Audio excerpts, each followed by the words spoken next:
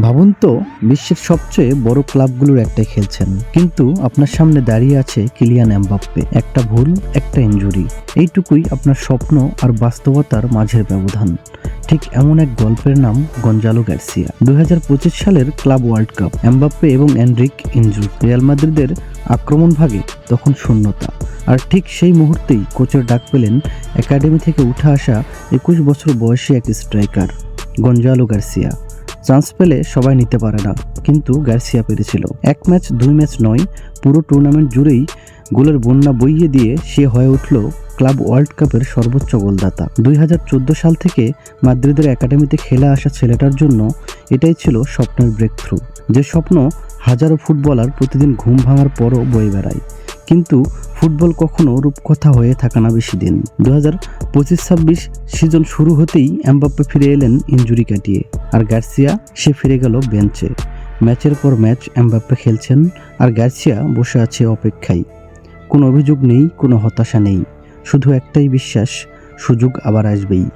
এবং গত রাতেই ভাগ্য আবার দরজায় কড়া নাড়ল। রিয়াল বেটিসের বিপক্ষে ম্যাচ, আবারও এমবাপ্পে ইনজুর্ড, আর আবারও শুরুর একাদশে গঞ্জালো গার্সিয়া। এবার সে শুধু গোল করেনি, সে বার্তা দিয়েছে।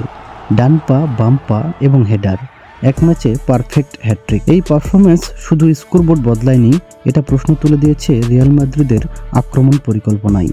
কারণ এমবাপ্পে কোনো গতানুগতিক নাম্বার 9 নয়, সে স্পেসে খেলতে ভালোবাসে, বক্সে সবসময় প্রেজেন্স দেয় না।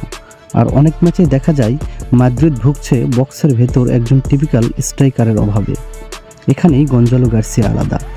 সে একজন ক্লাসিক নাম্বার 9, ডিফেন্ডারদের ব্যস্ত রাখে, বক্সের দাপট দেখায়, নন স্টপ প্রেসিং করে, আর সতীর্থদের জন্য স্পেস তৈরি করে।